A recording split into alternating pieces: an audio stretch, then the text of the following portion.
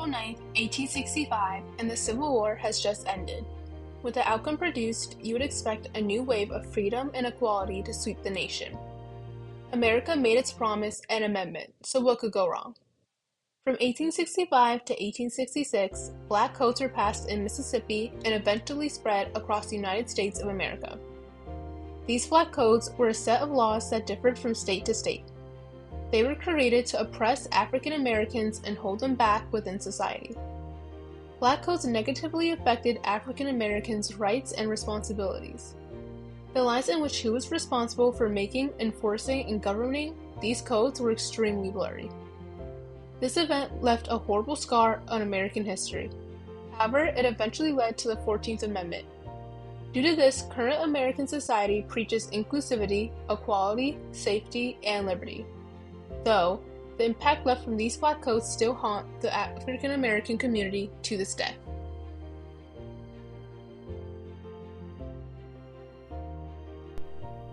Fourscore and 7 years ago, our fathers brought forth on this continent a new nation, conceived in liberty and dedicated to the proposition that all men are created equal.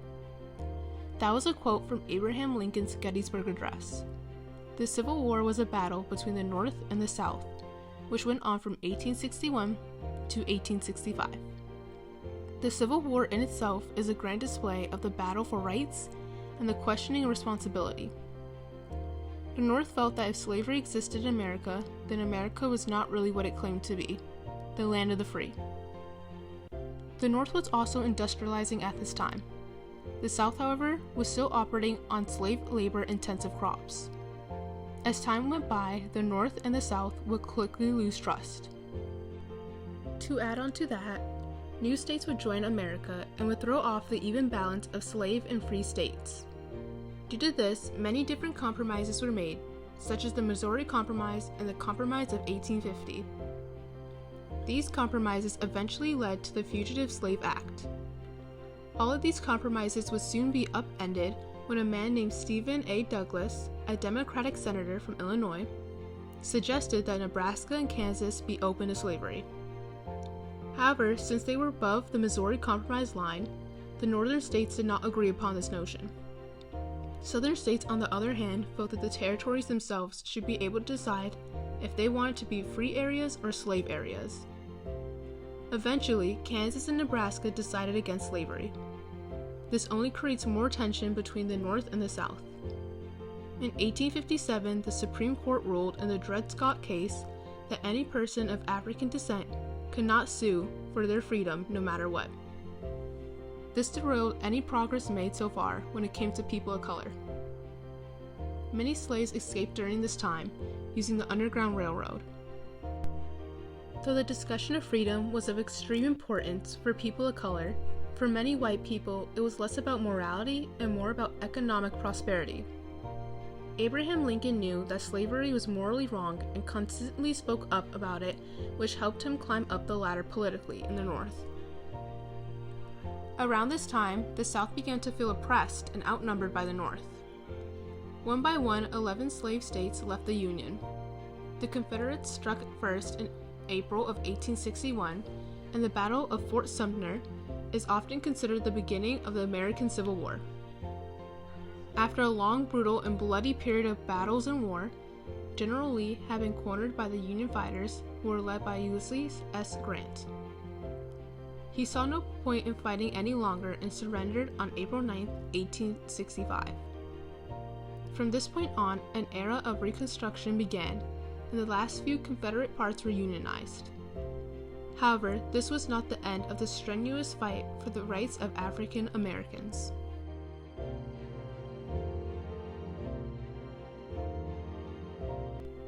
Black codes were laws enacted in the South after the Civil War from 1865 to 1866. These laws came about as a response to the emancipation of Black Americans. These codes were meant to hold back African Americans and keep them from advancing within society. The 13th Amendment may have abolished slavery, but other forms of injustice were still alive and potent. These laws were a denial of fundamental rights in many states. African Americans could not own property, move freely, or testify against white people in court. These codes were designed to keep black people in a position of weakness to prevent them from exercising their rights as an American citizen. Basically, even though they were no longer enslaved, they were still heavily controlled and in a position of powerlessness. Vagrancy laws were one of the most well-known parts of the Black Codes. These laws were used to criminalize black people who were not working for an employer, a white employer. This essentially forced black people into labor. The responsibility for creating and enacting the Black Codes fell into the hands of the state governments. Southern states were largely controlled by white elites who wanted to preserve the old social order. The state legislators would quickly pass the codes as soon as they were readmitted to the Union. In doing so, they ignored the rights granted to African Americans under federal law. This brings us to a major area of confusion.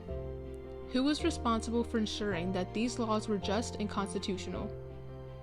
The federal government, under the leadership of Congress and President Andrew Johnson, initially took a hands-off approach, believing that the states should be responsible for their own government post-war. The federal government did not intervene to challenge the Black Codes immediately, which unfortunately meant that the southern states could enforce these laws mainly unchecked. When it came to enforcing these laws, it landed on local and state authorities. This was a major issue since the people enforcing these laws had extensive racist views, and it was not in their interest to protect the rights of black people. Furthermore, black people had little political power at this time, which meant that they were unable to really get involved when it came to the creation, enforcement, and governance of these laws. Eventually, the federal government finally recognized the problem. Congress passed the Civil Rights Act of 1866, along with the 14th and 15th Amendments. This protected the rights of African Americans. However, even after these laws, the enforcement of civil rights protection remains a major challenge. Going into the 20th century, major changes were made by the black community for the black community. Black codes held African Americans back immensely. Just because black codes were abolished doesn't mean that equality arose across America. The black codes were ultimately replaced by discriminatory practices, including sharecropping and exploitative labor contracts. These measures served to perpetuate economic hardships and foster dependency among African Americans. Even though freedmen were allowed to start businesses and own their property, that doesn't change the fact that they had difficulties accessing the needed resources. White supremacist groups such as the Ku Klux Klan emerged.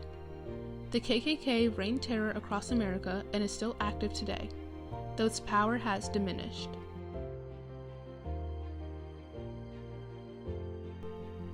The legacy of the Black Codes and the failure of Reconstruction to address the underlying inequalities led to continued racial disparities in education, housing, employment, and other aspects of life. The civil rights movement of the mid-20th century, building on the struggles of the Reconstruction era, ultimately achieved significant victories in dismantling Jim Crow laws and securing equal rights for all Americans.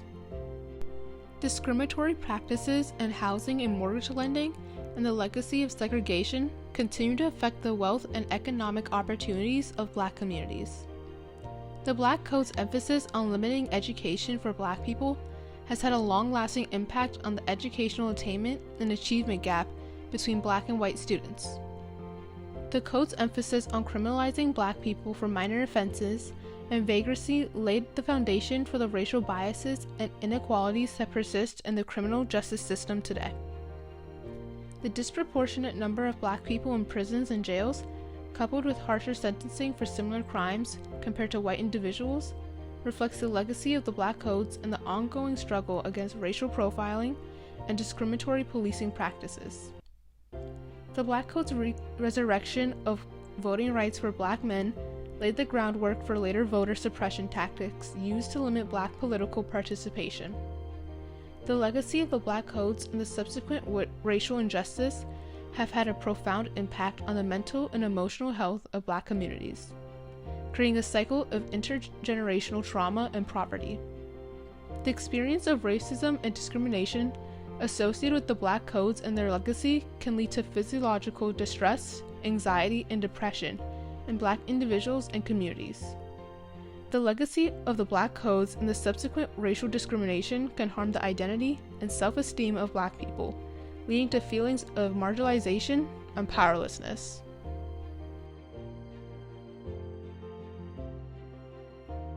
From these prejudice and oppressive codes came the suppression of African Americans' rights. The rights that were given to them at birth have been stripped away from them yet again and have continued to affect Black people to this day. As for who is responsible for every aspect of these laws, it's an obvious, blunt, and disappointing answer. White supremacists whose main goal was power, wealth, and superiority. Black people during this time had no power, yet they continued to fight alongside others in order to regain a portion of what they were owed.